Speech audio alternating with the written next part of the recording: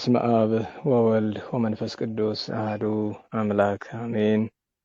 የአባቶቻችን አምላክ የቸርነት ባለቤት ቸሩ እግዚአብሔር ከዚህ ሰዓት ከዚህ ዕለት ያደረሰን ቅዱስ ስሙ የተመሰገነ ይሁን። እንዴት አላችሁ? እንዴት ሰነበታችሁ? ቸሩ አምላካችን መድኃኒታችን እግዚአብሔር ኢየሱስ ክርስቶስ ለአምላክነት እንደሚገባ ቅዱስ ስሙ የተመሰገነ ይሁን። እንዴት ናችሁ ወንድሞቻችን እህቶቻችን? እግዚአብሔር ይመስገን በቸርነቱ እግዚአብሔር ይመስገን። እንግዲህ ከረጅም ጊዜ በኋላ በዚሁ በቀጥታው ስርጭት ተመልሰን መጥተናል። እንደ እግዚአብሔር ፈቃድ እንግዲህ እሱ ባለቤቱ እንደወደደ ዛሬ አንድ አራት ነገሮች ላይ እንነጋገራለን። ዛሬ እንግዲህ የታላቁ ሰማዕት የቅዱስ ፊቅጦር ዓመታዊ የሰማዕትነት በዓሉ ነውና ስለ እርሱ የምናወሳው ነገር አለን። ዋናው ርዕሳችን ቅዱስ ፊቅጦር ነው የሚሆነው። መቼስ በረከቱን ለመሳተፍ ከመሻት የተነሳ ከሱ በሚቀድም ግን ወራዊ መታሰቢያ ቢሆንም እንኳ የፈጣሪያችን የአምላካችን የመድኃኒታችን የኢየሱስ ክርስቶስ የስቅለት መታሰቢያ በዓል ነውና ጥቂት ነገሮችን መጀመሪያ እናነሳለን። ከዚያ ደግሞ ዛሬ ያከበርናቸው ወደ ሌሎች ቅዱሳት አንስት በተለይ ብዙ ወደ 4 ያክል ቅዱሳት አንስት እናቶቻችን ዓመታዊ በዓላቸው ነውና እነሱንም እናወሳለን። በመጨረሻው ዛሬ ሚያዝያ 27 ቀን እግዚአብሔር ፈቅዶ በእግዚአብሔር ቸርነት ሀገራችን እና ሃይማኖታችን ከፍተኛውን ድል ያገኙበት መታሰቢያ ነው። ምናልባት ታሪክ ለምታውቁ ሰዎች ይሄ ብዙም ከባድ ነገር አይመስለኝም። ሚያዝያ 27 በ1933 ዓመተ ምህረት እንግዲህ ዛሬ 84 ዓመት ንጉሠ ነገሥቱ አፄ ኃይለ ሥላሴ ወደ አዲስ አበባ ገብተው የኢትዮጵያን ሰንደቅ ዓላማ የሰቀሉበት ቀን ነውና መጨረሻ ላይ ጥቂት ሰዓት ካገኘን ስለሱም ለማነሳት እንሞክራለን። እንግዲህ እነኔ የቀጥታ ስርጭት በወትሮ በፌስቡክ ነበረ ድሮ ስናደርግ ነበር። ያው የምታውቁት እዛ ሪፖርት አድራጊው በዛ የኛም ቤት ሰው ጠላት ነኝ የሚለውም ሪፖርት ያደርጋል። ምንም ነገረ ቅዱሳን እንኳ ሲነገር የሚበሳጭ ብዙ ሰው አለ መሰለኝና ለሁሉም በዚያ ምክንያት እንግዲህ እዚሁ ቴሌግራም ላይ ነው ይህንን ትምህርት የምንማረው። እግዚአብሔር ከፈቀደና ቪዲዮ ሪከርድ ተደርጎ ከተገኘ ሌላ ቦታ ላይ ለሚማሩ በፌስቡክም በምንም ለሚማሩ ሰዎችም ሊደርሳቸው ይችላል። እንግዲህ እንደ እግዚአብሔር ፈቃድ የምንጀምረው የአምላካችን የመድኃኒታችን ኢየሱስ ክርስቶስን ቅዱስ ስሙን በማመስገን ነው የሚሆነው። እንግዲህ ዛሬ ሚያዝያ 27 2017 ዓመተ ምህረት ነው። ቸሩ መድኃኔዓለም ፈጣሪያችን አምላካችን ስለኛ ሲል እኛን ለማዳን ከሰማያት ወርዶ ከእመቤታችን ከቅድስት ድንግል ማርያም በሕቱም ድንግልና ተጸንሶ በሕቱም ድንግልና ተወልዶ ተሰዶ አድጎ ተጠምቆ አስተምሮ ታምራት ሰርቶ ጊዜው ሲደርስ እንደዚህ ባለው ቀን ጥንት ከብዙ ዘመናት በፊት መድኃኒታችን ለእርሱ የማይገባ ለኛ ሲል ግን ባደረገው ሕማም መከራ ሞትን የተቀበለበት ቀን ነውና ሁልጊዜ በየጉባኤው ለምትማሩ ወንድሞቻችን ማስታወሳችሁ ነገር እዚህም ድጋሚ ለማስታወስ እወዳለሁኝ። አንድ ክርስቲያን በፈጣሪው ሕማማት ላይ የሚቀልድ መሆን የለበት። በፈጣሪው መከራ ላይ አንድ ክርስቲያን የሚባለው የጌታችን ኢየሱስ ክርስቶስ ሕማሙ ሲገባው ነው። አሁን ያለነው በበዓለ ሃምሳ ነው፣ የትፍስሕት ጊዜ ነው። ያም ሆኖ ግን የፍስሐ ጊዜ ነው ማለት የጌታችን ሕማም እንዘንጋው ማለት አይደለም። ምክንያቱም የትንሣኤው መሰረት ሕማሙ ነው። ጌታችንን ተነሳ ለማለት ሞተ ማለት ይቀድማል። ሞተ ለማለት ሰው ሆነ ማለት ይቀድማል። ስለዚህ የጌታችንን ሰው መሆን ሳንረዳ ሕማሙን ሳንረዳ ትንሣኤው ሊረዳን፣ ትንሣኤውን ሳንረዳ ዳግም ምጽአቱ ሊረዳን አይችልም። ስለዚህ እነዚህን ነገሮች አደራ እንላቸዋለን። ሰማዩን ምድሩን በመሃል እጁ የያዘ እግዚአብሔር ወልድ ጊዜው ሲደርስ ከእመቤታችን ከቅድስት ድንግል ማርያም ሰው ሲሆን የእርሱን ትሕትና የእመቤታችንን ገናና ክብር ያላወቀ እርሱ ክርስቲያን አይደለም። አሁን በቅርብ ጊዜ ብዙ ምን ሰማው ነገር አለ አይደለም? ስለ እመቤታችንም ስለ ቅዱሳንም ብዙ ነገር ይባላል። በነገራችሁ ላይ ለመጀመሪያው ጊዜ ምናልባትም ባለፉት 10 ዓመታት ውስጥ በተለይ ኢንተርኔት ከመጣ በኋላ ኢንተርኔት ላይ ሁሉ ሰው ተጠቃሚ ከሆነ በኋላ ለመጀመሪያው ጊዜ ሁሉም ኦርቶዶክሳዊ አስተማሪዎች እኩል የመለሱለት ጉዳይ በቅርብ ጊዜ የተፈጠሩ ነው። እመቤታችን ድንግል ማርያም ላይ አንድ ሰውዬ የማይገባ ነገር ተናገሩ። ለዛ ሁሉም የተማሩ ሰዎች ከመደበኛው ሰባኪ እስከ ጉባኤ መምህራን ድረስ ሁሉም ሰው መልስ ሰጥተዋልና ይሄ ያስደስታል። ምክንያቱም ቅድም ነግሬያቸዋለሁ፣ ጌታ ለቁርጥ ፍርድ ይመጣል። ጌታችን ለቁርጥ ፍርድ ሲመጣ ግን ያኔ ምን እንደሚደረግ እንዲገባን መጀመሪያ የጌታን ትንሣኤ መረዳት አለብን። ትንሣኤ ዘጉባኤን ለመረዳት የጌታችን የኢየሱስ ክርስቶስን የመድኃኒታችንን ትንሣኤ መረዳት አለብን። ትንሣኤውን ለመረዳት ሕማሙን ሞቱን መረዳት አለብን። ሕማሙን ሞቱን ለመረዳት ሰው መሆኑን መረዳት አለብን። ሰው መሆኑን ለመረዳት እመቤታችንን መረዳት አለብን። እመቤታችንን ምን እንደሆነች፣ ክብሯ ምን እንደሆነ፣ ገናንነቷ ምስጢሩ ምን እንደሆነ መረዳት አለብን እና አይታችሁ ከሆነ ከመድኃኒታችን ጋር ጠብ ያለባቸው ሰዎች እመቤታችን ጋር ነው የሚጣሉት። ምክንያቱም መገለጫው በቃ እርሷን ላቲ ስብሐት አላመሰግንም ማለት ልጇን አላመሰግንም ማለት ነው። እርሷን አላከብርም ማለት ልጇን አላከብርም ማለት እና በእውነቱ አስደስቶናል። ስለ እመቤታችን ድንግል ማርያም ክብር ሁሉም ሰው ለምን ኢትዮጵያውያንን አነሰም በዛም ክፉም ብንሆን በእመቤታችን ላይ የማይገባ ነገር ሲነገር አንታገስም። ነገር ግን እንዲህ ካልኩ በኋላ ይሄንን መልካም ነገር አድንቄ ግን ወባይቱ ቦዝ አሐይሰከ እንዳለው በቅዱስ ዮሐንስ ራእይ ከሰባቱ አብያተ ክርስቲያናት ለአንዱ ኤጲስቆጶስ ጌታችን በዚህ ነገር አመሰግናለሁ፣ ነገር ግን የምነቅፍብህ ነገር አለኝ እንዳለው ወንድሞቻችን እህቶቻችን፣ በተለይ አገልጋዮች፣ በተለይ አስተማሪዎች የተደረገው ነገር ጥሩ ሆኖ ሳለ ነገር ግን የነገሩን ምንጭ ወይ አልተረዳችሁትም ወይ አውቃችሁ ትታችሁታል ማለት ነው። ማለት ለሰውየው ምላሽ በመስጠት ችግሩን አትፈቱትም። ሰውየው ችግሩ አይደለም። ሰውየው ከችግሩ ተፈናጥቆ የመጣ አንድ ፍንጣቂ ነው። መሰረቱ ይሄ ሰው አይደለም።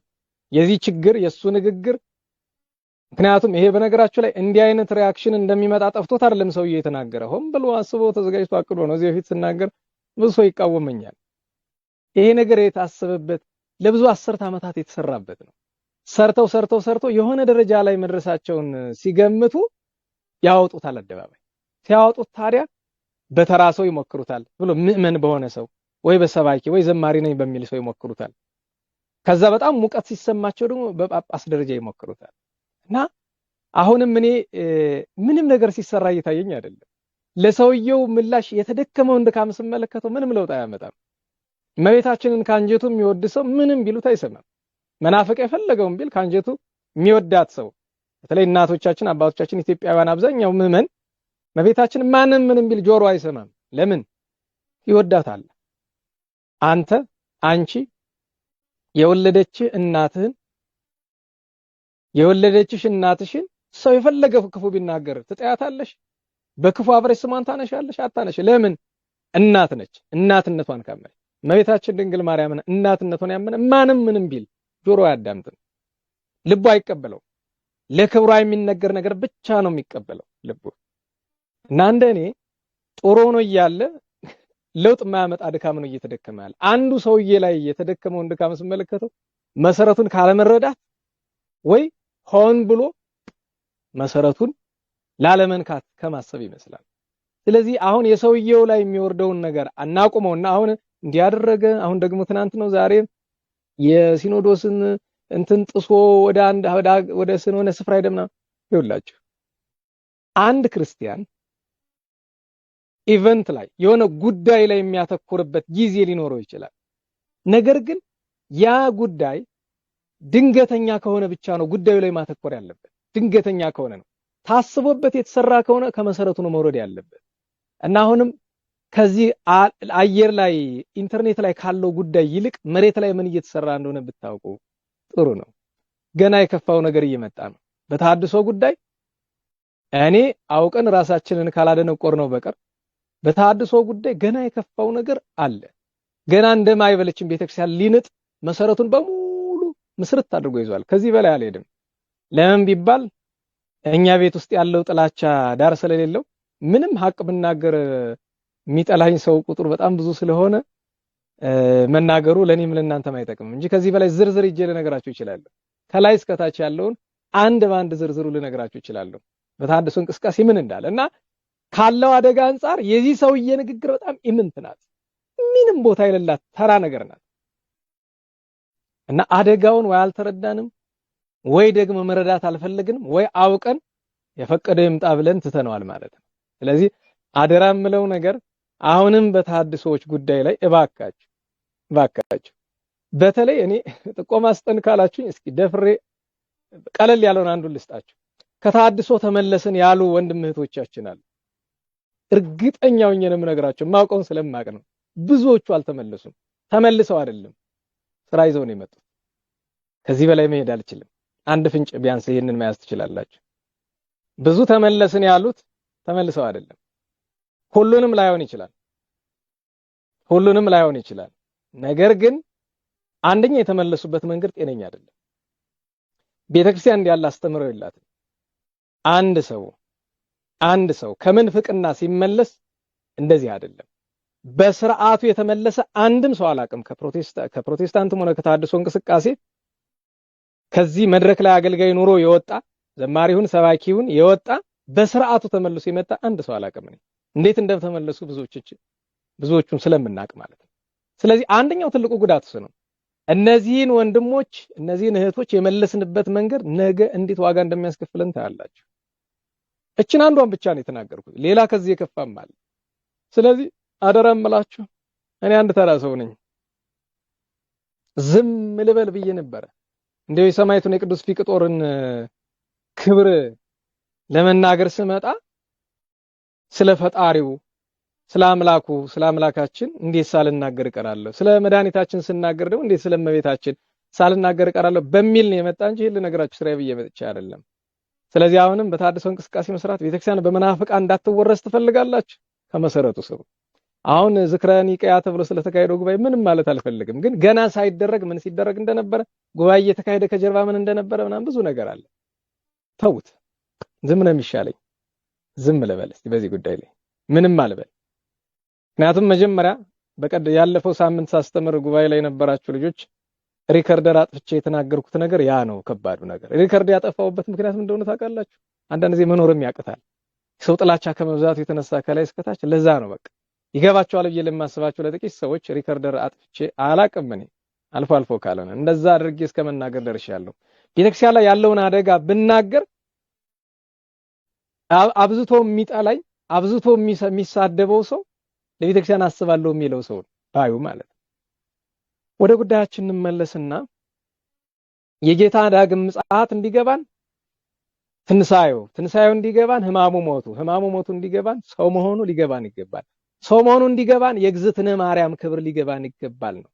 እግዝእትነ ማርያም ወላዲተ አምላክ ግሩማን መላእክት ቀና ብለው ሊያዩት የሚንቀጠቀጡላትን የአምላክ እናትን ደፍሮ የሚናገር ሰው ዓላማው ምን እንደሆነ መረዳት አያቅትም።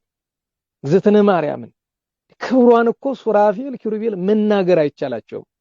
የሱራፌል የኪሩቤል አንደበት ክብሯን ለመናገር መጠን የለውም፣ አይመጥንም። እንኳን የኛ የቆሻሾቹ ማለት ነው ለማመስገን እንኳን ክብሯን ለመናገር እንኳን ማለት ነው። እና ስለዚህ ትልቁ ነገር የእግዝእትነ ማርያም የድንግል ማርያም የእመቤታችን የወላዲተ አምላክን ክብሯን ገናንነቷን እኛ በተለይ በኦርቶዶክሳዊነት በፈለገው ኃጢአት እንኖር የኢትዮጵያ ኦርቶዶክስ ተዋሕዶ ቤተክርስቲያን አማኝ ግን የእመቤታችንን ክብር ጥቂትም ቢሆን ይረዳል።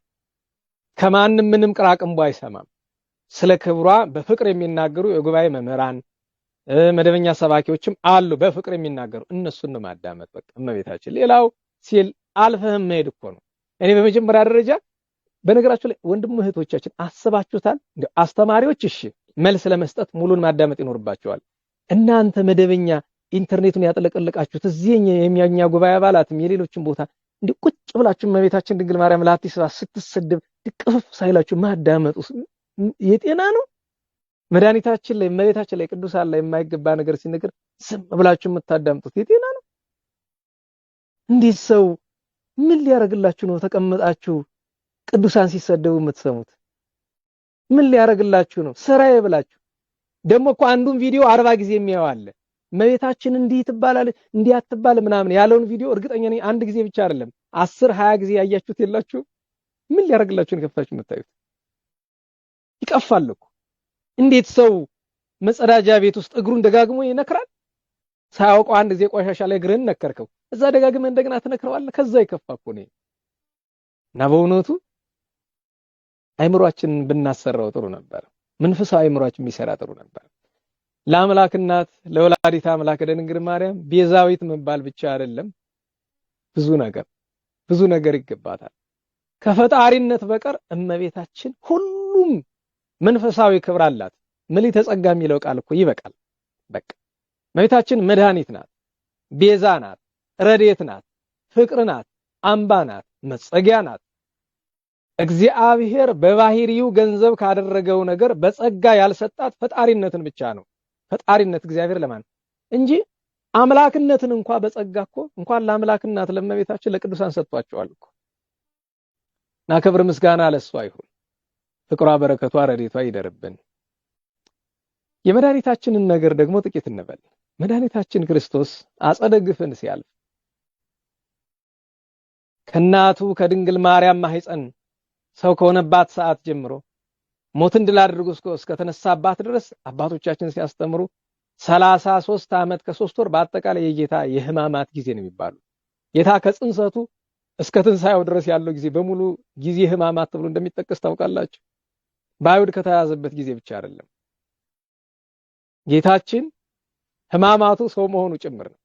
በእውነቱ ራሱን የዚያን ያክል ለኛ ሲል ዝቅ ስላደረገ ማለት ነው።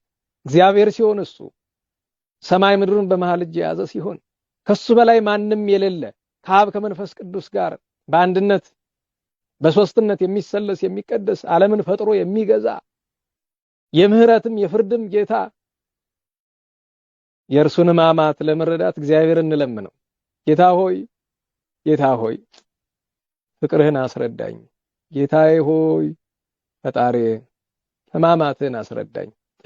ጥቂት የእንባ ዘለላ፣ ጥቂት ከልብ ሕማምህን አስቦ ማዘን፣ ጥቂት ሕማምህን አስቦ አመፀኛ ከመሆን ለመዳን፣ ኃጢአት ከመስራት ለመዳን፣ የጸጸት ልቦናን ገንዘብ ለማድረግ፣ ለወገን ለመራራት፣ ለሃይማኖት ለመቆርቆር ያንተ ፍቅር ያንተን ሕማም መረዳት ያስፈልጋልና ጌታዬ ይህን ስጠኝ ብሎ መለመን ያስፈልጋል። ከሕማሙ ከሞቱ ከትንሣኤው ከርገቱ ከዳግም ምጽአቱ በረከት ያሳትፈን። ቸሩ መድኃኔዓለም ይማረን። ሰሞኑን በተነሳው ውዝግብ ውስጥ ብዙ ሰው ያልተመለከተው መናፍቃኑ አሽልከው ካስገቡት ነገሮች መካከል አንደኛው ቅዱሳንን መሳደብ ነው። ቅዱሳንን ሲሳደቡ ሰምቻለሁኝ። ክብር ምስጋና ለእነርሱ ይሁንና ለቅዱሳን። ይኸውላችሁ ቅዱሳንን የማያከብር ሰው እመቤታችን የማያከብር መድኃኔዓለም ክርስቶስ እግዚአብሔርን ማክበር አይችልም። መሰረቱ እነሱ ናቸው። ባለቤቱ ምን አለ? ዘኪያክሙ ተወክፈ ኪያየ ተወክፈ፣ እናንተን የተቀበለ እኔን ተቀበለ። ወዘኪያየ ተወክፈ ተወክፎ ለዘፈነወኒ፣ እኔን የተቀበለ የላከኝን ተቀብሏል አለ። ቅዱሳንን ማክበር ሃይማኖታዊ ግዴታ ነው። አክብረናቸው ልንጨምርላቸው ይመስላችኋል? ዛሬ ቅዱስ ፊቅጦርን አክብረን ልንጨምርለት ይመስላችኋል? ልንጨምርነት ነው ወይ? አይደለም። እኛ እንድንከብር ነው። እኛ ጸጋውን ክብሩ እንድንወርስ ነው ወገኖቼ። ስለኛ ክብር ነው እንጂ ቅዱሳንን አከበርናቸው አላከበርናቸው ምን እንጨምርላቸዋለን? ምንስ እንቀንስባቸዋለን? ምንም። ስለዚህ ቅዱሳንን ማክበር እንማር እስቲ ወገኖቼ። ኢትዮጵያውያን በጣም የምንታወቀው ከዓለም ለየት ያለ ለምሳሌ ቅዱሳንን በማክበር ደረጃ በእምነት ውስጥ ለምሳሌ በክርስትና ውስጥ በእምነት የማይመስሉን እንኳን ትንሽ ካቶሊኮችም ምስራቆችም ጎበዞች ናቸው። በዚህ ግብጾችም እንደዛ ጎበዞች ናቸው። እንደ ኢትዮጵያ ኦርቶዶክስ ተዋሕዶ ቤተክርስቲያን ግን ቅዱሳንን አክባሪ ሕዝብ በታሪክ አለ ብዬ ለመናገር እቸገራለሁ። ዛሬ ግን እኔ እንጃ ዛሬ ገድላትን የሚነቅፉ ሰዎች ብዙ ሆነዋል። ብዙ ናቸው። በቃ በስጋዊ በደማዊ ጭንቅላት እየተመራመሩ ከዚህ ገድል ላይ ይሄ ስህተት ነው ከዚህ ገድል ላይ ባለፈው እንኳን እገሌ ያለንም በትልቅ ደረጃ ያሉ ሰው የታተሙ ገድላትን ሲነቅፉ ስመለከት አረ በሞት የመጀመሪያ አንብቧቸው እንደ በሞቴ ያንን የተናገሩት ትልቅ አባት በጵጵስና ደረጃ ያሉ አባት እባክዎ እንደው ልጋብዞት ይቅር በጣም ሊቅ ነው ታውቃለህ በሁሉ ነገር ትልቅ ሰው ነው ታውቃለሁኝ እኔ አንድ ተራ ውዳቂ ሰው ነኝ ግን እንደ በሞቴ በህትመት ደረጃ ያሉ በመቶ የሚቆጠሩ ገድላትን መጀመሪያ እንደ ቢያነቡልን ጥሩ ነበር አንደኛ ነገር ሁለተኛ ነገር በቤተክርስቲያናችን ገድላት ድርሳናት ተአምራት እና መንፈሳዊ መጻሕፍት በየሰው እጅ የሚታተሙበት ምክንያቱ ምንድነው የማን ጥፋት ነው የህዝቡ ጥፋት ነው ማዕከላዊ ያሰራራልን እንዴ በእውነት ተአምረ ማርያምን ያክል መጽሐፍ እንኳን ማንንም ያሳትመው ግለሰብ አይደል በነገራችሁ ላይ የትንሳኤ ቀን ተአምረ ማርያም ከተነበበ በኋላ ከዚያው ከአገልግሎቱ ተአምረ ማርያምን ይዤ ገባሁኝ እና የእመቤታችን ተአምር ሳነብቆች ስገለብጠው ከጀርባ ፎቶ አለው የሰው ፎቶ እና ሳየው ያሳታሚው ነው ገብረስላሴ ብርሃኑ ዘቤራ አክሱም ምናምን ይላል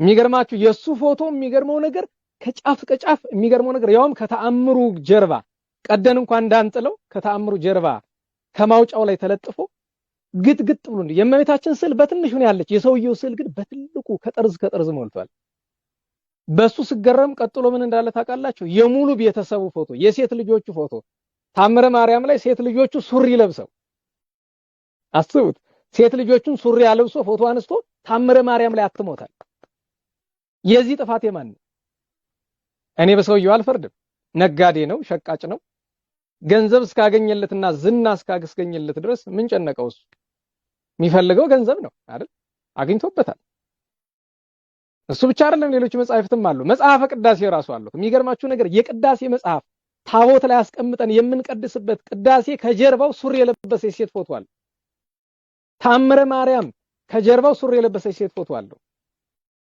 ይሄ ማን ነው ጥፋት ሊቃውንተ ቤተክርስቲያን ይንገሩኝ እስኪ ሊቃውንት ጉባኤ ይሄ ማን ነው ጥፋት የሰውየው ነው ያቶ ገብረስላሴ ብርሃኑ ነው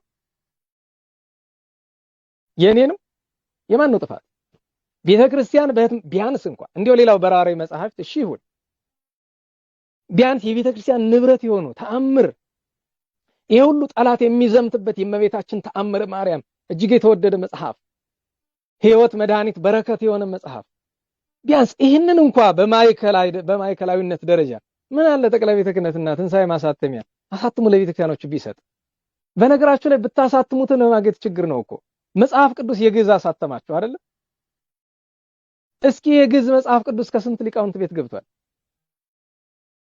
300 ብርና 400 ብር የሚሸጥ መጽሐፍ ለነጋዴ አሽሉካችሁ ሰጣችሁ 3000 እና 4000 ብር አይደል የሚሸጠው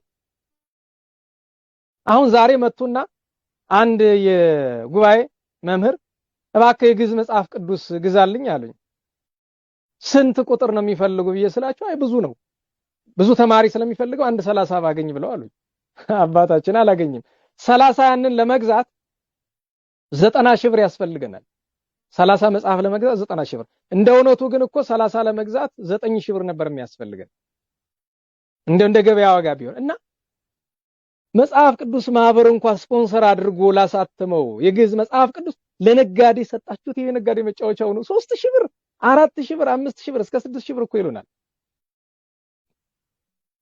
ይሄንን መጽሐፍ ቅዱስ ላይ ታያችሁ ይችላል ለግዕዝ መጽሐፍ ቅዱስ የሚገርማችሁ ነገር ሱቅ ይዤ ስጠይቅ 3,000 ብር አለኝ አልገዛም ብያለሁ እሺ 2,600 አለኝ ቆይቷል ከአመት ነው ምናምን በፊት አልገዛም አልኩት ለምንድን ነው ብሎ ሲለኝ እኔ የአረመኔ ነጋዴ ተባባሪ አልሆንም በትርጓሜ ሁሉም ስላሉኝ ከትርጓሜው አነባለሁ ይቅርብኝ አንድ ሰው ከነጋዴዎቹ አንዱ አየኝና ይቅርብኝ እንደውም በነፃ ልስጥህ እኔ አለኝ እኔ ልክሰርና በነፃ ልስጥህ ብሎ አለኝ በነገራችሁ ላይ በነፃ ነው ያመጣሁት አልከፈልኩም እኔ ክፉ ነጋዴ ተባባሪ አልሆንም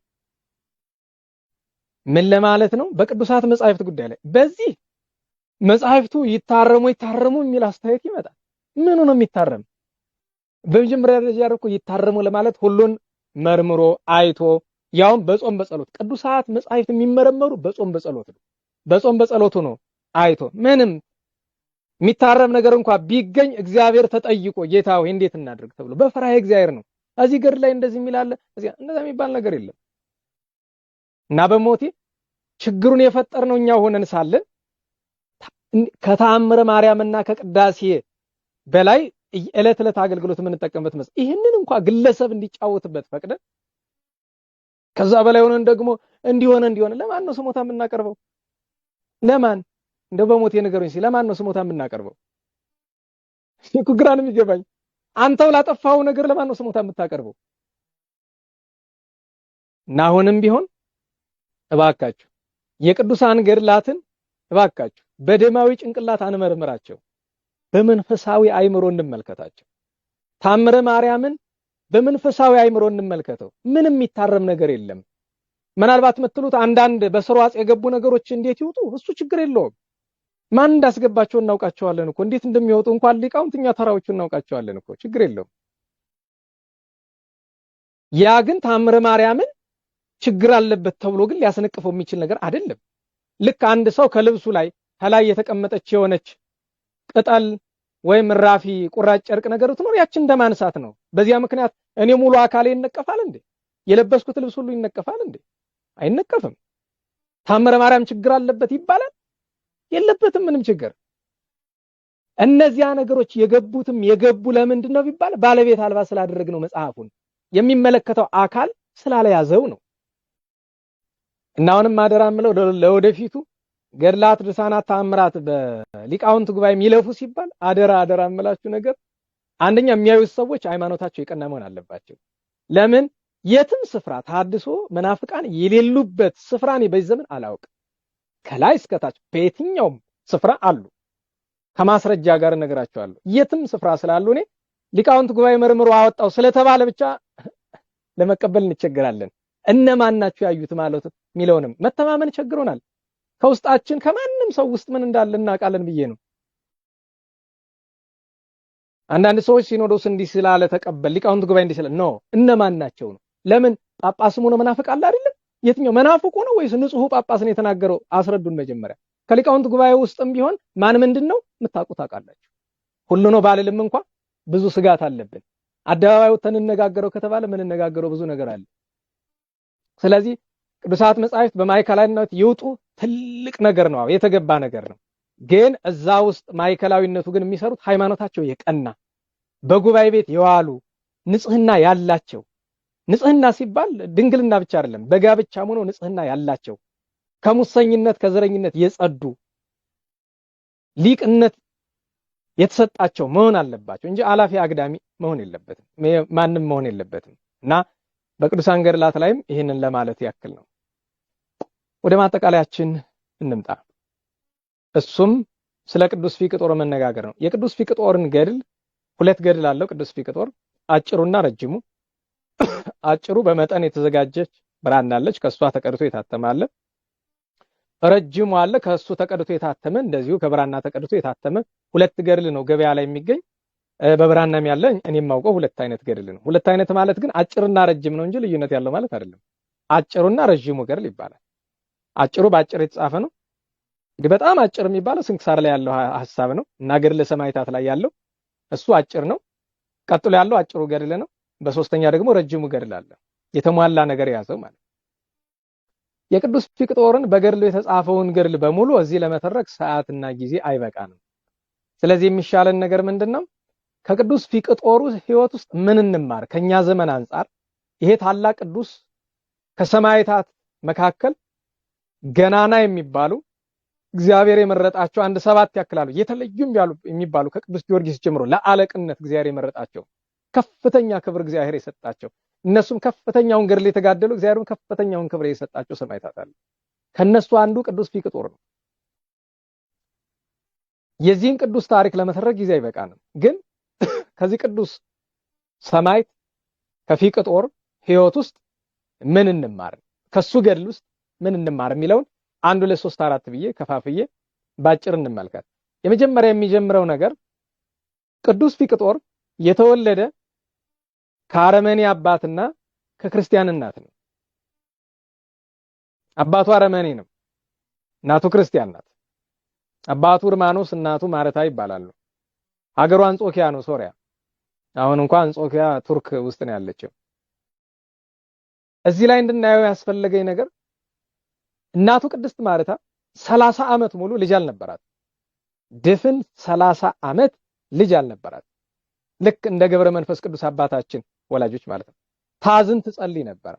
በጸሎቷ ውስጥ ሁል ጊዜ ከመቤታችን ስዕል ፊት ወድቃ እንዲህ ትላለች፣ እመቤቴ የሚያገለግልሽ ልጅ ስጭኝ፣ ልጅሽን የሚያገለግል ልጅ ስጭኝ። በማህፀኔ የሚፈጠረው ልጅ ፈጣሪዬን ያንቺን ልጅ አንቺንም የሚበድል ከሆነ ግን ማህፀንን ዝጊ እያለች 30 ዓመት ሙሉ ታገሰች፣ ለመነች። በ30ኛ ዓመቱ ሄዳ ከመቤታችን ስዕል አድኖ ወድቃ አልቅሳ ቀና ልጅ ስጭኝ እመቤት የሚያገለግልሽ ብላ ቀና ስትል ስዕሊቱ ዘንበል ብላ እሺ ስትላት አየች። የእመቤታችን ስዕል አድኖ ዘንበል ብላ እሺ አለቻት።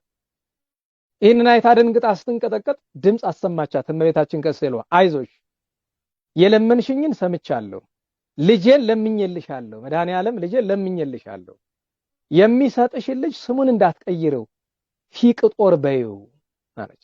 ፊቅጦር በይው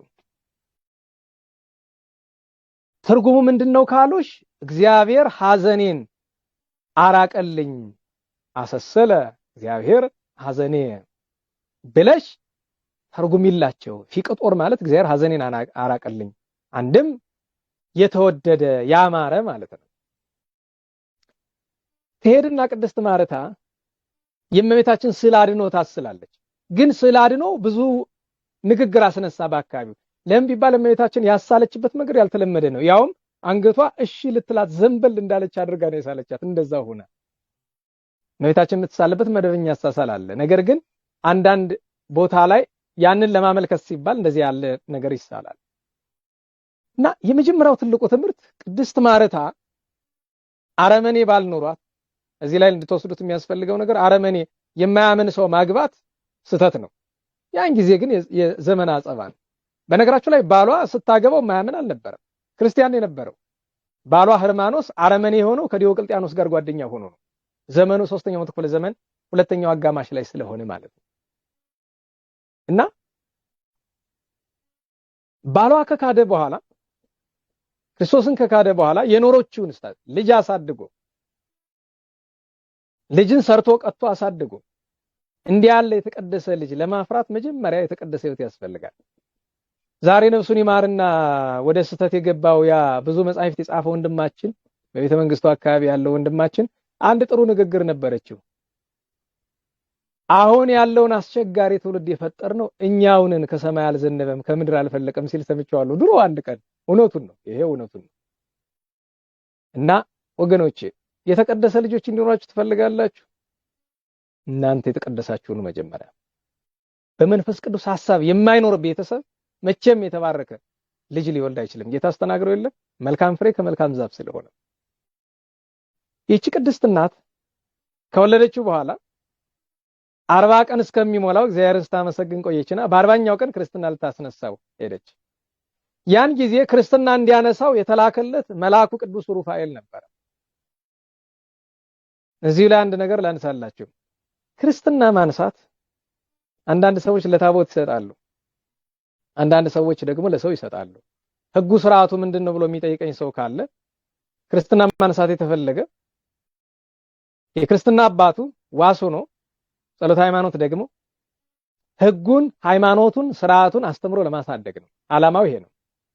ነገር ግን በዘመናችን አንድ ትልቅ ችግር ውስጥ ገብተናል። የክርስትና የማንሳትን ስርዓት የሚያስተምር ሰው አናይም።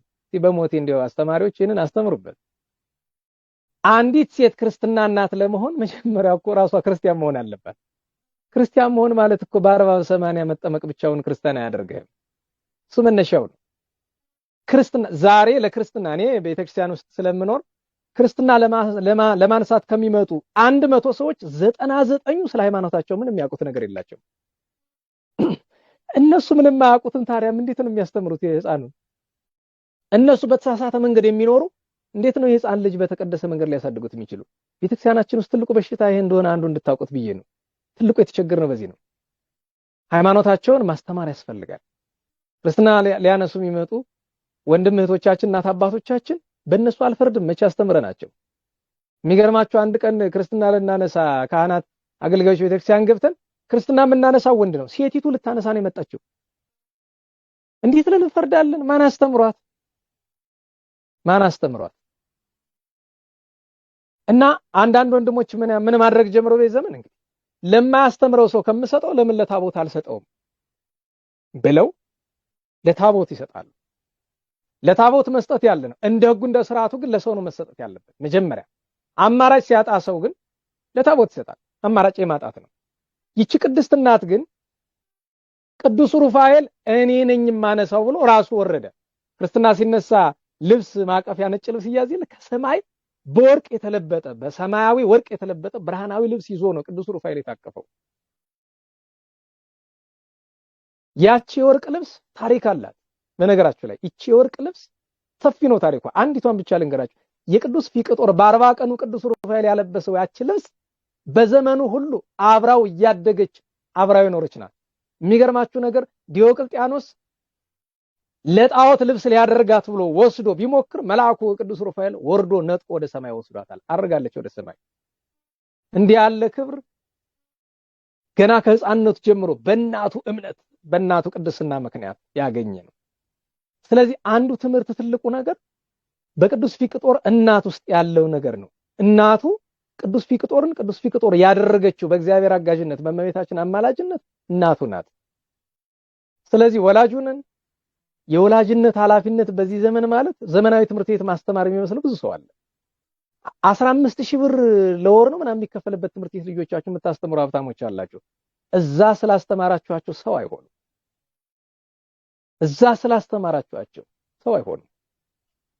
መጀመሪያ ከትምህርት ቤትም ስትመርጡ እኔ በነገራችሁ ላይ በጣም ዘመናዊ የሚባሉ ትምህርት ቤቶች ጋር ከምታስተምሯቸው የመንግስት ትምህርት ቤት ይሻላል። በሁለት ምክንያት። አንደኛ እዛ የሚማሩት ነገር ጥሩ አይደለም። እንግሊዘኛ ያውቁልናል ብላችሁ ዘመናዊ ትምህርት ቤት የምታስገቧቸው ሰዎች ምን እንደሚያስተምሯቸው እናውቃለን። እኔ ዘመናዊ አስኳል አስተማሪ ነኝ። በአንደኛው ሙያዬ ምን እንደሚያስተምሩን ያውቃለሁ።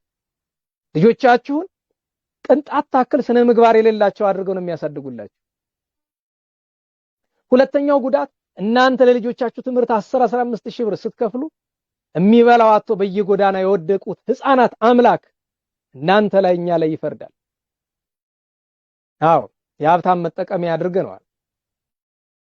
ልጅ ማሳደግ ምን እንደሆነ ቁጭ ብለን ብናስብ ጥሩ ነበር። አንደኛው ትምህርት ይሄ ነው ባጭር። ሁለተኛው ቅዱስ ፊቅጦርን ስትወልደው እናቱ ተስላ ነበር። ላንቺ እመቤቴ ላንቺና ለልጅሽ በድንግልና ያገለግላል ብላ። እንዲህ አይነት ስለት ከባድ ነው። ብዙዎቻችሁ እንዲህ አይነት ስለት የምታውቁ በልብ ወለድ ነው አይደል? ፍቅር እስከ መቃብር ላይ እንደዛ የበዛበት ታሪክ ያ ፈጠራ ነው፣ ተረት ነው። ግን ችግሩን ግን ማሳየት ይችላል። ሰውን ከልብ ወለድ ተማሩ አይደለም። ግን አንዳንድ ጊዜ ስንሳል ነገን ታሳቢ ማድረግ አለብን። በተለይ በእጃችን ቁጥጥር ውጭ ከእጃችን ቁጥጥር ውጭ በሆነ ነገር መሳል ብሶ በዚህ ዘመን ከሚያናግሩኝ ነገሮች አንዱ እመነኩሳለሁ ብዬ ተስዬ ነበር አልችላልኩ ምን ላድርግ ነው። ምንድነው መፍትሄው? እስቲ በሞቴ እንደው መፍትሄ እኮ አለው፣ ግን ቀላል አይደለም መፍትሄው። የቺ ቅድስት እናት ግን ይሄንን የተሳለች ተስላ ዝም አላለችም። ልጆቻችሁን ለእግዚአብሔር እንሰጣለን ብላችሁ ከተሳላችሁ ለእግዚአብሔር እንደሚገቡ ከዓለም ቆሻሻ መጠበቅ ግድ ነው። ከዓለም ቆሻሻ ጠብቃ በ7 ዓመቱ ዳዊት እንዲማር አድርጋ መዝሙረ ቅዱስ ዳዊት የቤተክርስቲያን አገልጋይ ያደረገችው። በ20 ዓመቱ የሮም መንግስት የምስራቁ የሮም መንግስት የሰራዊት አለቃና በመንግስቱ 3ኛ ሚኒስተር ተብሎ ተሾመ። አስቡት ዛሬ የቤተክርስቲያን አገልጋይ የነበሩ ልጆች ስልጣን ሲያገኙ ቤተክርስቲያንን እንዴት እንደሚያደርጓት እያያችሁ ነው። ለምን ይመስላችኋል? ድሮ የነበሩበትም ነገር ክርስትና ስላልነበረ ነው። እኔ አሁን እዚህ ቆሜ የምለፈልፈው መለፍለፍ ብቻ ስለሆነ ክርስትናው በተግባር ስለሌለ ማለት ነው። 30 መጽሐፍ ጻድቅ አያደርግም። ለዛ ነው የምታዩት ገብቶ አንዳንድ ሰው እንደዚህ ያለ አረመኔነት ውስጥ ሲገባ ስታዩ ትጠራጠራላችሁ አይደል? ትናንት የሰበከን ሰው ይሄ ነው እንዴ ብላችሁ ሁሉ ለምን ብትባሉ መሰረቱ ድቡሽት ነው። በኮክ በአለት በጭንጫ ላይ የተመሰረተ ስላልነበረ ነው። ለዛ ነው ሰዎች ገንዘብና ስልጣን ሲያገኙ ዛሬ በተመለሰው ቤተክርስቲያን ጠላት ሲያገኙ ብቻ አይደለም ቤተክርስቲያንን ከሚሸጧት ብዙ አገልጋዮች መካከል ቀላል የማይባሉት ምክንያታቸው ምንድነው? ገንዘብና ስልጣን ፍለጋ ነው።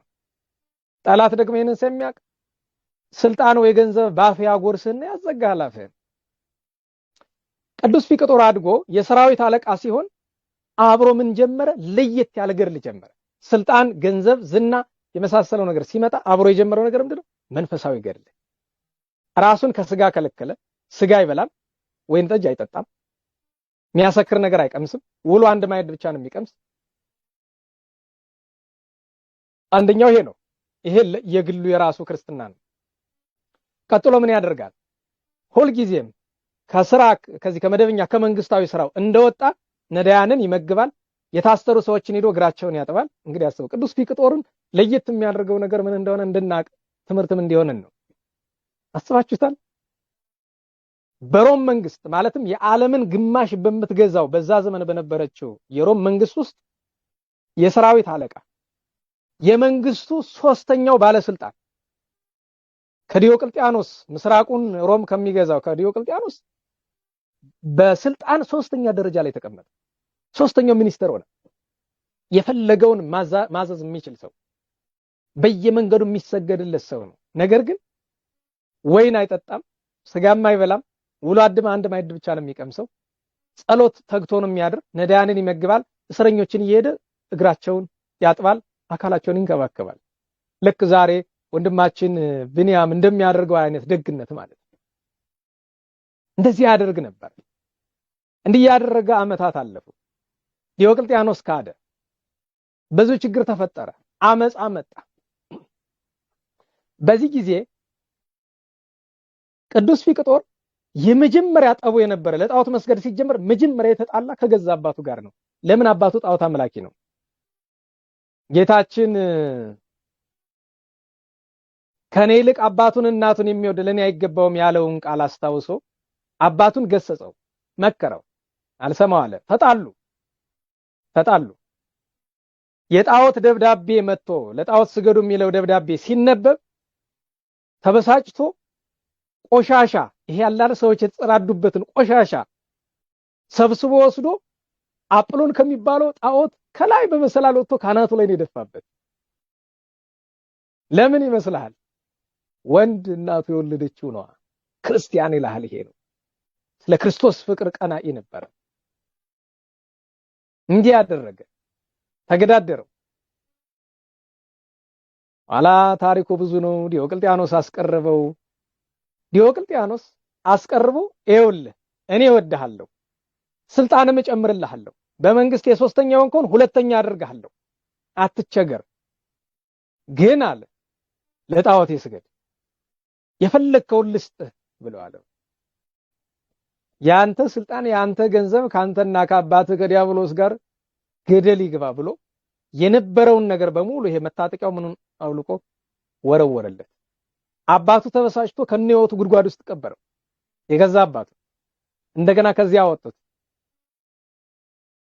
ከአንጾኪያ ወደ ግብጽ እስክንድሪያ ለስቃይ ወደ ሄርሜኔዎስ መኮንን ሲላክ እናቱና የቅዱስ ገላውዲዮስ እህት እየተከተሉ ያለቅሱ ነበረ። ዞር ብሎ አንድ ነገር አላቸው። እናቴ አንቺም እህቴ አደራ እላችኋለሁ፣ የታሰሩትን፣ የታመሙትን፣ የተራቡ የተጠሙትን፣ በእኔ ስር የተዳደሩ የነበሩትን በሙሉ አደራ፣ እሱ ሞተ ተብሎ እንዳይራቡ፣ እንዳይጠሙ፣ እንዳይቸገሩ አደራ ብሎ አደራ ሰጥቷቸዋል። መሰረታዊ ትምህርት እዚህ ላይ ነው። አይውላችሁ በሮም መንግስት ዘመነ ሰማዕታት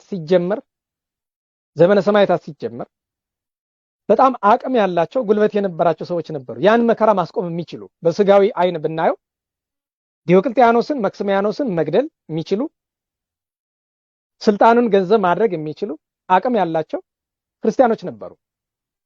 1 2 3 4 ብለን ምን ቆጥራቸው እጅግ ዓለም የፈራቸው ዓለም የሚንቀጠቀጥላቸው ጀግኖች ቅዱስ ፊቅጦር፣ ቅዱስ ገላውዲዮስ፣ ቅዱስ አውሳቢዮስ፣ ቅዱስ መቃርስ፣ ሶስቱ ቴዎድሮሶች፣ ቴዎድሮስ ወልደ ፋሲለደስ፣ ቴዎድሮስ በናድሊዮስ እና ቴዎድሮስ ሊቀ ሰራዊት፣ ቅዱስ አባዲር፣ ቅዱስ ዮስጦስ፣ ቅዱስ አቦሊ፣ እነዚህ ዋኖቹ እነ ቅዱስ እስጢፋኖስ ሁለተኛው።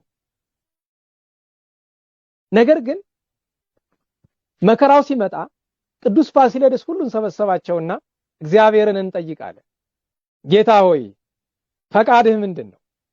መከራው ሲመጣ ተሰብስበው እነዚህ ጉልበተኛ ናቸው፣ መልካም ክርስቲያኖች ናቸው፣ አቅሙ አላቸው፣ ሀብቱም አላቸው፣ ስልጣኑም አላቸው፣ ጉልበቱም አላቸው፣ ሁሉም አላቸው። ጌታ ሆይ ፈቃድህ ምንድነው? ምን እናድርግ ንገረን ብለዋል። ቅዱስ ፋሲለደስ እነዚህን ሁሉ መርቶ ጌታችን ተገልጾላቸው እናንተ መጀመሪያ ምን ትሻላችሁ አላቸው። ጌታ መድኃኔዓለም እግዚአብሔር የሰውን ፈቃድ ያከብራል። እናንተ ምንድነው ፈቃዳችሁ አላቸው። እኛማ ስለ ስም መሞትን እንፈልጋሉ። ፈቃዱን የጠየቁበት ምክንያት ምንድነው ቢባል አንዳንድ ሰማዕትነት አያያዙን ካለማወቅ ሰማዕትነት በሚል ሰበብ ክርስትናውን ሊያጠፋው ይችላል። ደጋግሜ እንደምናገራችሁ ሰሜን አፍሪካ አካባቢ ከግብጽ በቀር ክርስትና የጠፋ ለምንድን ነው? መካከለኛው ምስራቅ ላይ በተለይ እነ ሳውዲ፣ እነ ኦማን፣ እነ ካታር፣ እነ የመን እነዚያ ውስጥ አልፎ አልፎ ቢኖርም እንኳን ክርስትና ለምንድን ነው የጠፋ?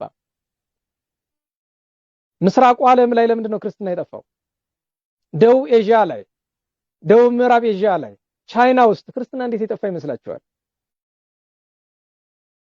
እነዚህ በሶቪየት ዩኒየን ውስጥ ከነበሩት መካከል በዚህ በዩኤስኤስአር በታችኛው ክፍል የነበሩት 10 ምናምን ሀገራት ውስጥ ክርስትና ለምን የጠፋ ይመስላችኋል? መከራውን ያጠፋው በእውነቱ። ነገር ግን መከራውን እንዴት መያዝን ለዛ ነው ሰማዕታቱ ጠየቁ። ክርስትናው እንዳሁኑ ዘመን ነው። እንዳሁኑ ዘመን ክርስትና ሊጠፋ ዓለም ላይ አንዣቧል አይደል? ክርስትናን የሚያጠፋ አካል ደግሞ የዘንድሮ ክርስትና አጠፋፉ ምንድነው? በቀጥታው ሳይሆን ክርስትናው ነው እዛው ውስጥ እንዳለ እንዲጠፋ ማድረግም ጭምር ነው። አይ እናንተማ ከወደዳችሁት እኔ ሰማዕትነት ፈቃዴ ነው አላቸው ጌታችን። በቃ ፈቃዴ ከሆነ ቤተክርስቲያንን ጠብቅ ጌታ ሆይ፣ እኛ ግን ቀድሞ በፈረስ አንገት በጦር አንደበት ሀገራችንንም ሃይማኖታችንንም ተከላክለናል። እነዚህ በሙሉ ሃይማኖት ሲነካ ቅድም የጠቀስኩላችሁና ሌሎች ሰራዊቶቻቸው ሃይማኖትና ሀገር ሲነካ እግዚአብሔር በሰጣቸው ኃይል በሀብቱም በንብረቱም በጉልበቱም በጦሩም በፈረሱም ታግለዋል። ጊዜው ሲደርስ ደግሞ አሁን ቤተክርስቲያንን የምንጠብቃት በደማችን ነው ብለው ደም ለማፍሰስ ነው የገቡት። እና ትልቁ ትምህርት መውሰድ ያለብን ነገር ከቅዱስ ፊቅጦር ነገርኳችሁ። ስልጣን እንደምን እንዳላበላሸው ራሱን እንዴት ከዚህ ቆሻሻ ዓለም ቅዱስ ጴጥሮስ በግብረ ሐዋርያት ምዕራፍ 2:37 ጀምሮ እንደምትመለከቱት ከዚህ ክፉ ዓለም ራሳችሁን አድኑ ብሎ አዲስ አማኞች እንደመከራቸው ከዚህ ክፉ ዓለም እንዴት ራሱ እንዳዳነ ተመልከቱ። በዚህ ዘመን የኢትዮጵያ ኦርቶዶክስ ተዋሕዶ ቤተክርስቲያን ትልቁ ችግር የገንዘብ እጥረት የሚመስለው ብዙ ሰው አለ አይደል? ቤተክርስቲያናችን የገንዘብ እጥረት የለባትም። የሀገሪቱ ሀብት ቢሰላ ቁጥሩ ቀላል የማይባለው ከግማሽ በላይ ያለው የሆነው ሀብት የሚገኘው በክርስቲያን በኦርቶዶክሳውያን እጅ ነው። ትልቁ ችግር ግን ምንድነው? ገንዘቡን የያዙት ሰዎች ክርስቲያኖች አይደሉም፣ የስም ክርስቲያን ብቻ ናቸው። ትልቁ ችግር እሱ ነው። እኛ የገንዘብ ችግር አለም ያለበት ገንዘብ እንዴት መያዝ እንዳለብን ያላወቅነው። ለዚያ ደግሞ ምስክሩ ቤተ ክህነቱን እዩት። ይቅር በሉኝና ካጠፋሁኝ እና መሰረታዊው ነገር በአራተኛው ክፍለ ዘመን ሁለተኛ አጋማሽ ላይ ዘመነ ሰማዕታት ሲመጣ ጊዜው በደማቸው ቤተክርስቲያን የሚጠብቁበት እንደሆነ ከእግዚአብሔር ፈቃድ ስላገኙ ገቡበት። እነ ቅዱስ ፊቅጦር ያደረጉት እሱን ነው። በቻሉበት ጊዜ በሙሉ ተከላከሉ ሀገራቸውን፣ ሃይማኖታቸውን። ጊዜው ሲደርስ ደግሞ ራሳቸውን ለዚህ ያዘጋጁ። ዛሬም እንዲህ ያለ ሰው ነው የሚያስፈልገን። በነገራችሁ ላይ ወንድሞቻችን እህቶቻችን ቤተክርስቲያንን እባካችሁ እንዲሁ ልለምናችሁ በአመለካከታችሁ ስሩ ናችሁ አትዩት እባካችሁ። በገዛ አመለካከታችሁ አትለኳት እባካችሁ። የእግዚአብሔርን ቃል እንደፈለጋችሁ አታድርጉት። እንደው በሞት እባካችሁ የእግዚአብሔርን ቃል እግዚአብሔር እንደወደደ ብቻ ተረዱት። ብዙ ሰው እየጾመ እየጸለየ መንፈስ ቅዱስ ከሱ ጋር የለም። ብዙ ሰው እየቆረበ ክርስቶስ ከሱ ጋር የለም። ለምን ይመስላችኋል? እንዴት አወቅክ አትበለኝ። ደግሞ እሱ ምንም አይሰራልን። ለምንድን ነው ብዙዎቻችን በመንፈሳዊ በሚመስል ልምምድ እያለ ለምንድን ነው መንፈስ ቅዱስ የሚርቀን? በአመለካከታችን እኮ ነው የምንኖረው። እግዚአብሔር ምን ይላል ምን ይወዳል የሚል ስንት አለ ትላላችሁ? እንላለን። እግዚአብሔር ምን ይላል ምንስ ይወዳል ብሎ በየዕለቱ የሚጠይቅ አለ ወይ? ሰማዕትነት ለመቀበል እንኳን አባቶቻችን ፈቃድ እግዚአብሔር ጠይቀው እንደገዛ አመለካከታችን ክርስትናን አናጣመው። እግዚአብሔር በፍርድ ቀን የሚጠይቀን ብዙ ጥያቄ ነው ያለው። ገና ብዙ ጥያቄ አለብን። ለሁሉም ይሄ ቅዱስ አባታችን ፊቅጦር ወደ ሰማዕትነት ገባ። ወደ ግብጽ ይዘው አወረዱት። የመጀመሪያ ዙር ያላሰቃዩት ስቃይ የለም። አንዳንዱን እንጥቀስ። ሰሙነ ሕማማት ነውና በሐዘንና በለቅሶ መናገሩ ጥሩ አይሆንም።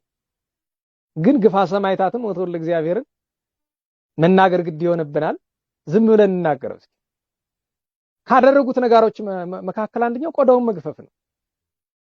ቆዳ መግፈፍ ምን እንደሆነ ታውቃላችሁ? ስለ ክርስቶስ ፍቅር መከራ፣ ሕማም መታገስ ምን እንደሆነ ስንቶቻችን ይገባን ይሆን ወገኖች? ምንድነው ቆዳ መግፈፍ? ሕዋሳት መቆራረጥ። ይሄ ጣት ሲቆረጥ ሕመሙን ታውቁታላችሁ? ይሄ ጅማት ቆዳ እየተቀደደ ጅማት እየተሳበ ሲወጣ ሕመሙ እንረዳዋለን፣ ይገባናል። ለክርስቶስ ፍቅር ቅዱስ ፊቅጦር ምን እንደታገሰ እንዲገባን ነው። የነ ቅዱስ ጊዮርጊስ፣ የነ ቅዱስ መርቆሬዎስ፣ የነ ቅዱስ ፋሲለደስ፣ የነ ቅዱስ ገላውዲዮስ ዛሬ የምናከብረው የነ ቅዱስ ፊቅጦር ትግስታቸው፣ ፍቅራቸው እንዲገባን ቅዱሳንን ለማክበር ገድላቸው ላይ አስተያየት ለመስጠት ከመድፈር በፊት ቅዱሳንን እንረዳቸው። መጀመሪያ ለክርስቶስ ብሎ የተሸከሙትን ያን አድርገውታል። በመንኮራኩር 3 ጊዜ ፈጭተውታል። አካሉ እስኪወድቅ ድረስ ብዙ ጊዜ በብረት ዘንግ አስደብድበውታል። በረሃብ ቀጥተውታል። ይህንን ሁሉ ካደረጉ በኋላ አልረታላቸው ቢል አንድ በረሃ ወስደው ግንብ ጋር አስረው ለወራት ትተውታል። እሱ ግን የታሰረ እጁን መልአከ እግዚአብሔር ፈቶለት የማረሻ የሚሆኑ እንጨቶችን እየጠረበ ይገርማችሁ፣ በዛ ሁሉ ስቃዩን እነዛን እየጠረበ ሄዳችሁ ለነዳያን ሸጣችሁ ለነዳያን ድሆችን አብሉኝ እያለ ይልካቸው ነበር ቅዱስ ፊቅጦር። አንድ ቀን እዚያ የፈረሰ ግንብ በሩ ተንኳኳ። ልብ በሉ። አሁን ላስተምር ስገባ አንድ ቪዲዮ ሼር ተደርጎ እያየሁኝ ነበረ። ይሄ ጋኔን እናወጣለን እንደዛ የሚሉ ሰዎች ማለት ነው። አስቡ እንግዲህ ራሳችን እንድንመረምር ነው። በሩ ተንኳኳ። ማን ነህ ብሎ ሲለው እንግዳ ነኝ ብሎ። ታሪኩ ረጅም ነው።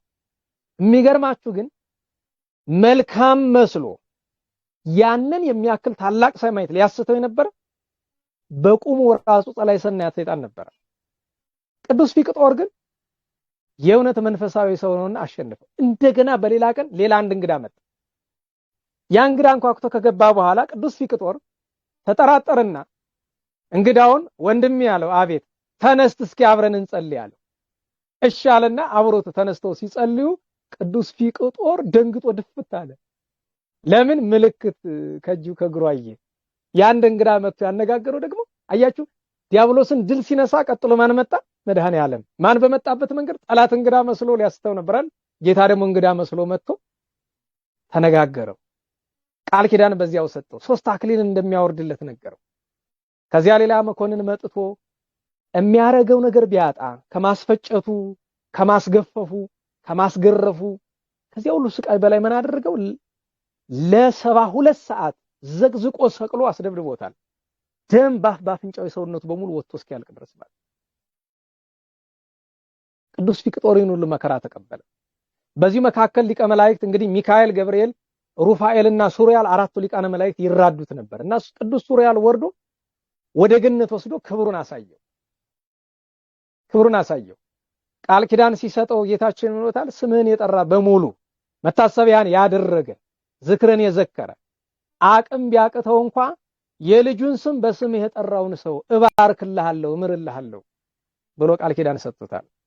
ቅዱስ ፊቅጦር ይህን ሁሉ ግፍ ከተቀበለ በኋላ የሚገርማችሁ ነገር ቅዱስ ፊቅጦርን መጨረሻ አንገቱን ያረደው ወዳጁ ነው።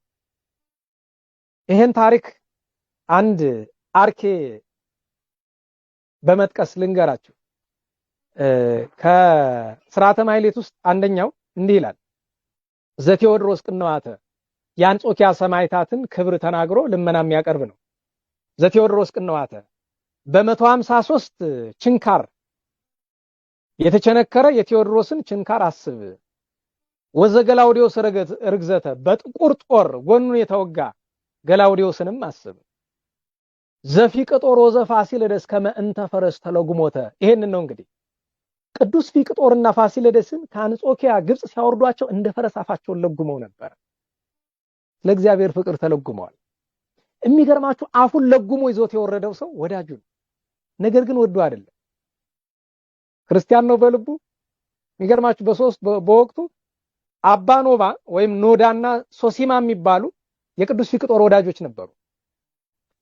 አባቱ እርማኖስ ዲዮቅልጥያኖስ ዘንድ ገባና ፊቅጦርን ማሳመን ከፈለክ አባ ኖባና አባ ሶሲማን ጥራቸው፣ እነሱን ይሰማቸዋል፣ እንደ ነፍስ አባቱ ናቸው አለው። እነሱን ሲያስፈልጋቸው ጠፉ። ለምን? ለጊዜው መከራ የሚሸከሙበት ትከሻ የላቸው። ደግሞ ለኃጢአተኛ ለክፉ ለአረመኔ ንጉስ መታዘዝ አልፈልጉም። ወደ ህንድ ነው ጠፍተው ሄደው በብትውና ይኖሩ። እግዚአብሔርን ለምነው ቅዱስ ፊቅጦር በሚሰዋበት ቀን የልብ ጭካና ሰጥቷቸው መጥተው አብረው ተሰውተዋል። ይሄኛው አንደኛው ጓደኛው ግን ሐሪዮን የሚባለው አንደኛው ጓደኛው ግን ለጉሞ ይዞት ወረደ። ለምን ቢባል ቅዱስ ፊቅጦር ነው፣ ግድ የለም እሺ በለኝ አድርገው ይለዋል። አብሮት በመከራ ሁሉ ነበር። መጨረሻ ላይ ሊታረድ ሲል ገዳይ ተብሎ የተመረጠ ይሄ ወዳጁ ነው፣ የቅዱስ ፊቅጦር ገዳይ ተብሎ የተመረጠ። አለቀሰ፣ ከፊቱም በርኩ፣ እኔ አልገልህም፣ እኔን ይግደሉኝ እንጂ አንተን አልገልህም አለው። ቅዱስ ፊቅጦርን ግን ምን አለው? አይዞ ይሄ ነገር የአምላክ ፈቃድ ነው። እኔ ከተሰዋው በኋላ አንተም ስለምትሰዋ እኔን ሰዋና የታዘዝከውን ፈጽምና እኔን ገንዘህ ከቀበርከኝ በኋላ አንተም ትሰዋለህ ትከተለኛለህ ብሎታል። ቢያርገው ቢሰራም ቢያለ አልቅሶ መጨረሻ ላይ እንባው እንዲየወረደ አጽፋ መጥቶ የቅዱስ ፊቅጦርን ራሱን ሸፍኖ ፊቱን ዙሮ ነው አንገቱን የቆረጠ። ኋላ ግን እሱም ተከትሎት ለክብር በቅቷል። አሁን ወደ ማጠቃለያችን እንምጣ። ማጠቃለያችን ምንድነው? ሶስተኛው ምዕተ ክፍለ ዘመን መጨረሻ ላይ የነበረው ችግር አሁን ያለችውን ዓለም ይመስላል። ለየት ያለው የዚያን ጊዜው ዓለም በዘመናዊነት ደረጃ ሲታይ እንዳሁኑ ዓለም ክፋት ከአንድ ጥግ ቶሎ የሚደርስበት ጊዜ አይደለም። ለየት ያለ ነው ያሁኑ ጊዜ። ነገር ግን ክርስቶስ ሁሉ ጊዜ ክርስቶስ ነው። መጽሐፍ እንደሚል ቅዱስ ጳውሎስ እንደነገረ ጌታችን ትናንትም ዓለም ሳይፈጠር ዛሬም በማይከል ዓለም ነገም ከዓለም ህልፈት በኋላ አይለወጥም። እግዚአብሔር አይለወጥም። እግዚአብሔር ካልተለወጠ እኛ እንደ ትናንቱ መሆን ምን ያቅተናል? እንደ ትናንት አባቶቻችን ለመሆን ምንድነው የሚያቅተን? ቅዱስ ፊቅጦርን ይህን ያክል ያጸናው ምንድነው? ቅዱስ ፊቅጦር ብረት ነው? ከአለትን የተሰራ ሰው እኮ ነው፣ እንደኛ ስጋና ደም ያለው። ምንድነው ያጸናው? ቅድም ነግሬያቸዋለሁ። ከመሰረቱ እናቱ የሰራችው ስራ፣ ኋላ ራሱ ደግሞ ዓላማ ይዞ። ዓላማችን ምንድነው? ቤተክርስቲያናት ዓላማችን በነገራችሁ ላይ በዚህ ዘመን የማይነገድበት ነገር አለ። የቅዱሳን ሰማዕታትን ዜና እየጻፋችሁ እንኳን ገንዘብ እየወሰዳችሁ ፎቅ የምትሰሩ ሰዎች እኮ አላችሁ። አሁን ይሄ ጥሩ ነው? በጻድቃን ገድል የጻድቃንን ገድል እያሳተመ እኮ ፎቅ የሚሰራ ሰው አለ።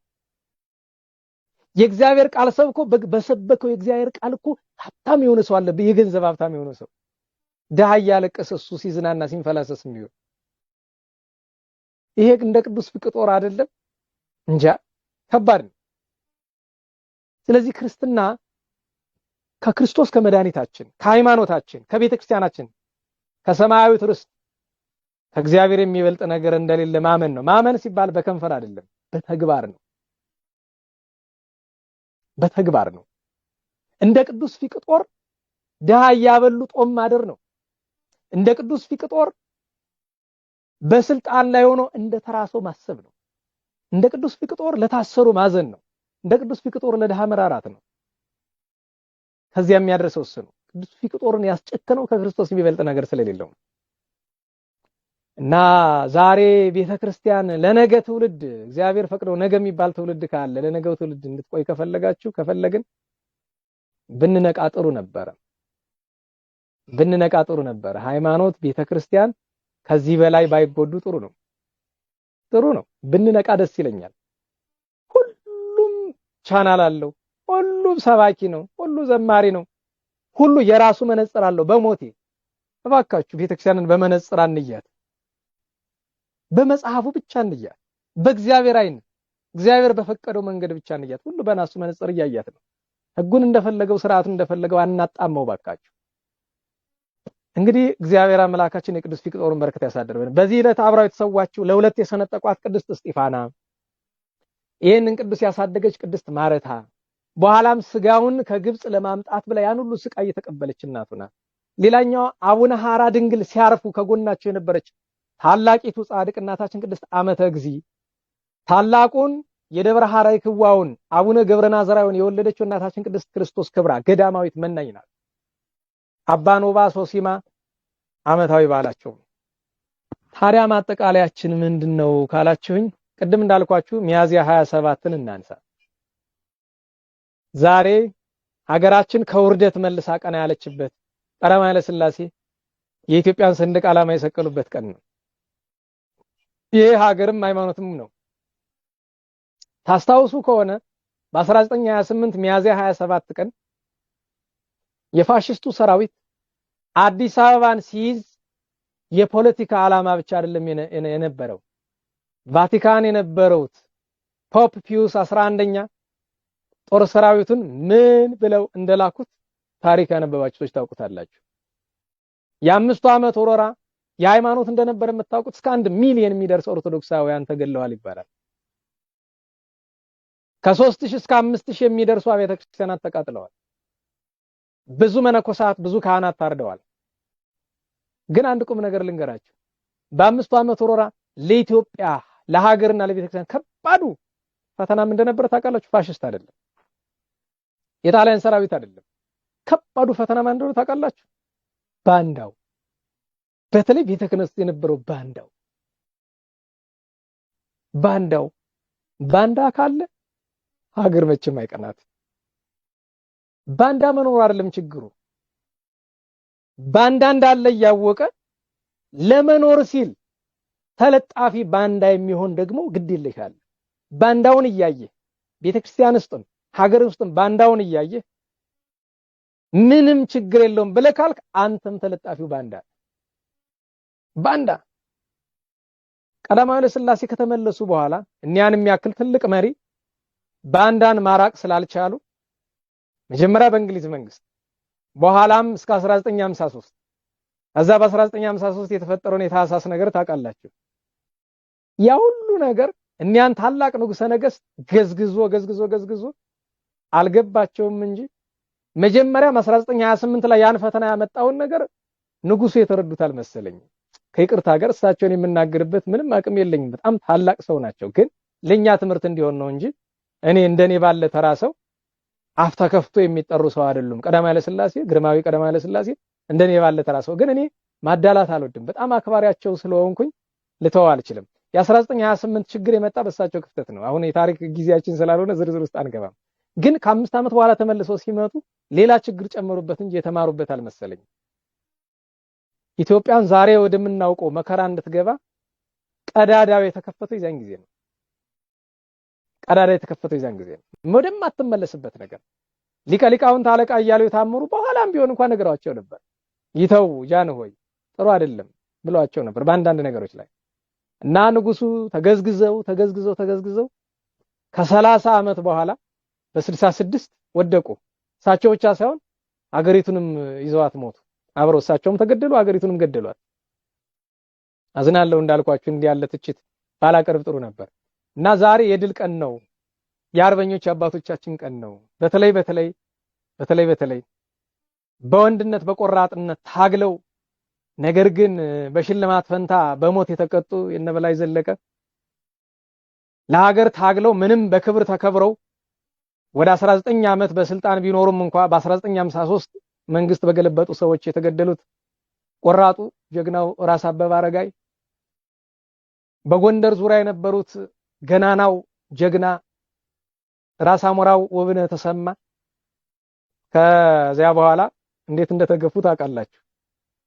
እነ ገሪማ ታፈረ፣ ጋሽ ገሪማ ታፈረ፣ ቄስ ገሪማ ታላቁ አርበኛና ደራሲ የፕሮፌሰር ኃይለ ገሪማ አባት፣ እነዚህ ሁሉ ጀግኖች፣ ሌሎችም በደቡብም በምስራቁም በምዕራቡም የነበሩ ጀግኖች ነበሩ፣ ቆራጥ ወንዶች ነበሩ። ከባንዳውም ከጣሊያንም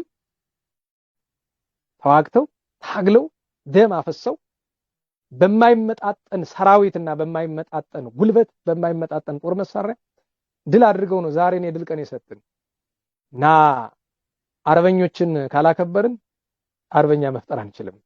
በሃይማኖት ትምህርት መካከል ያስገባውበት ምክንያት ምንድነው? ጦርነቱ የሃይማኖትም ጭምር ስለነበረ ታውቁታላችሁ።